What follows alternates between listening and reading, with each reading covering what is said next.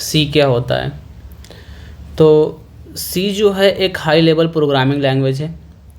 High level का मतलब होता है कि जो कि ह्यूमन रीडेबल हो, उसे मशीन डायरेक्टली अंडरस्टैंड नहीं कर सकती। तो इस हाई लेवल लैंग्वेज को हम लोग को मशीन को अंडरस्टैंड कराने के लिए सॉफ्टवेयर की हेल्प से करते हैं। और सी जो है एक बहुत पुरानी लैंग्वेज है और आज के डेट में बहुत ही पॉपुलर है। और इसे डेवलप किए थे हमारे डेनिस एमरिच ने, जो कि बेल टेलीफोन लैबोरेटरी में, और सन 1972 में जो फर्स्ट टाइम डेनिस रिचल ने किए थे इसको डेवलप, तो उस टाइम उन्होंने टेस्ट किया था यूनिक्स ऑपरेटिंग सिस्टम में, जिसे हम लोग आज डिफरेंट ऑपरेटिंग सिस्टम में यूज़ कर सकते हैं। तो इसके बेनिफिट्स क्या क्या हैं ये देख लेते हैं as compare to different language. तो जो सी है यह एक यूनिवर्सल लैंग्वेज है जो कि बहुत सारे एप्लीकेशंस में यूज किए जा सकते हैं, और यह बहुत एफिशिएंट लैंग्वेज है जिसे हम आसानी से रीड कर सकते हैं, आसानी से राइट कर सकते हैं। और as compare to another language यह फास्ट होता है एंड रिलायबल भी होता है। सी जो है यह पोर्टेबल लैंग्वेज है। पोर्टेबल मीन्स होता है कि मल्टीपल सिस्टम सपोर्ट, आप चाहे विंडो है, मैक है, लिनक्स है, सब में सपोर्ट करेगा और आसानी से कंपाइल एंड रन करेगा। नेक्स्ट देखते हैं कि हम यूज़ कहाँ कहाँ कर सकते हैं सी लैंग्वेज का, और उससे क्या क्या एप्लीकेशन हम बना सकते हैं। तो सी लैंग्वेज का यूज करके हम लोग window, Linux and other operating system को बना सकते हैं। जैसे कि most of the operating system C से ही बनी हुई है, जैसे कि विंडो हुआ, लिनक्स हुआ या अदर ऑपरेटिंग सिस्टम से।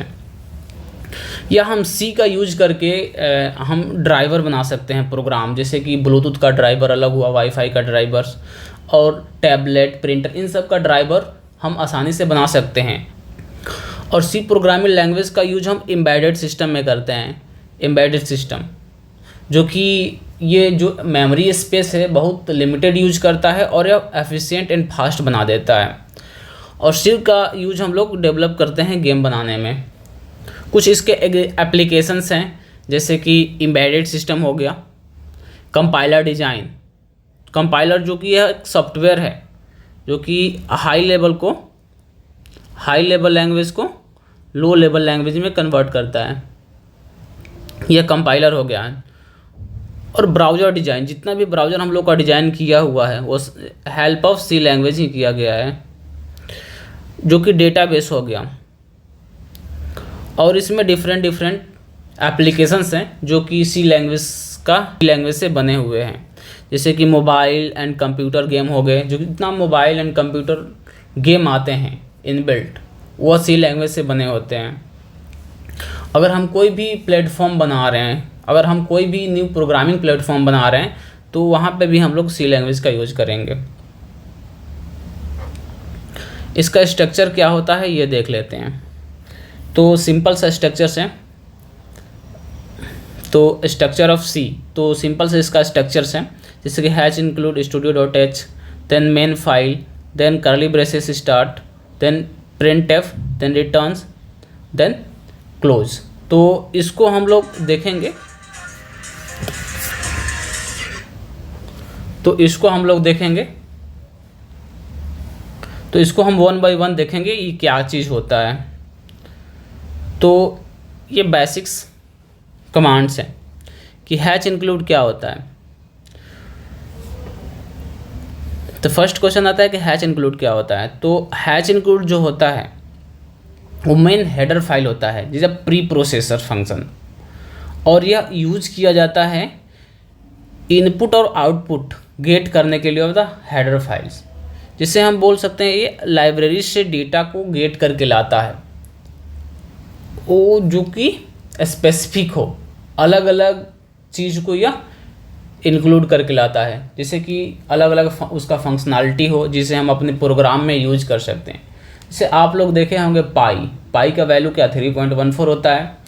तो हम इस हैच इंक्लूड की हेल्प से सी सी में मल्टीपल लाइब्रेरी है, उससे हम रिसीव करेंगे और उसे हम अपने प्रोग्राम में इंक्लूड करेंगे, जिससे पाई का वैल्यू हमें 3.14 मिल जाएगा। यह जो है पाई यह इनबिल्ट है, ऑलरेडी बना हुआ है। तो इसी तरह हम लोग इनपुट और आउटपुट को इंक्लूड करेंगे अपने प्रोग्राम में। सेकेंड आता है इंट मेन। इंट जो है यह एक डेटा टाइप है जो कि इंटीजर डेटा टाइप है। तो हम लोग आने वाले ट्यूटोरियल में देखेंगे integer data type, double data type, ये सब डिफरेंट डेटा टाइप्स हैं। तो यह एक डेटा टाइप है। मेन जो है, मेन यह एक फंक्शन है जो कि अगर आप प्रोग्राम को एग्जीक्यूट करना चाहते हैं तो जैसे ही आप प्रोग्राम को कंपाइल करेंगे तो सबसे पहले मेन फंक्शन ही कॉल होगा, क्योंकि मेन फंक्शन से होते हुए सारा प्रोग्राम आपका एग्जीक्यूट करेगा। थर्ड आता है आपका कर्ली ब्रेसेस। तो इसे हम बोलते हैं curly braces as a programming, जिसे हम रिप्रेजेंट कर सकते हैं, स्टार्ट मेथड भी बोलते हैं इसको। इसके बाद स्लैश स्टार, और इसमें आप कुछ भी लिख सकते हैं, फिर स्टार क्लोज। ये आपका मल्टी लाइन कमेंट है।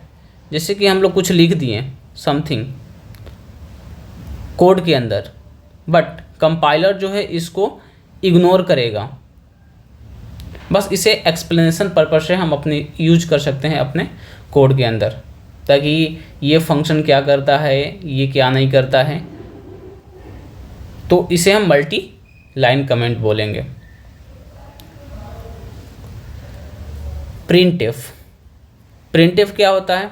तो प्रिंटफ भी यह एक भी फंक्शन है जो कि हम यूज करते हैं वैल्यू को प्रिंट कराने के लिए अपने स्क्रीन के ऊपर, अगर हमको कुछ भी प्रिंट कराना हो।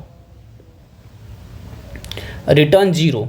रिटर्न जीरो का मतलब होता है कि आप एंड ऑफ द प्रोग्राम, आप एग्जीक्यूशन के एंड पे आ गए हैं और आपको कुछ रिटर्न करना हो, तो इस केस में ये अभी जीरो रिटर्न कर रहा है। स्टार्ट करें कर्ली ब्रेसेस तो हमें कहीं ना कहीं क्लोज करना पड़ेगा, तो हम क्लोज कर्ली ब्रेसेस का यूज करेंगे। Double slash. तो डबल स्लैश का मतलब होता है अब सिंगल लाइन कमेंट। जैसे हम लोग मल्टी लाइन कमेंट कर रहे थे उसी तरह से सिंगल लाइन कमेंट।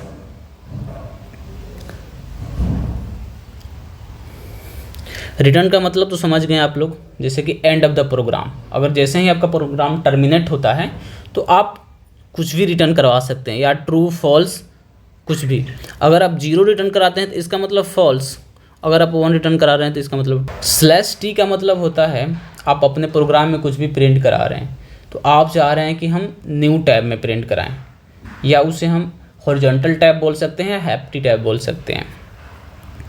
या आप स्लैश एन, एन का मतलब होता है new line, go to the new line.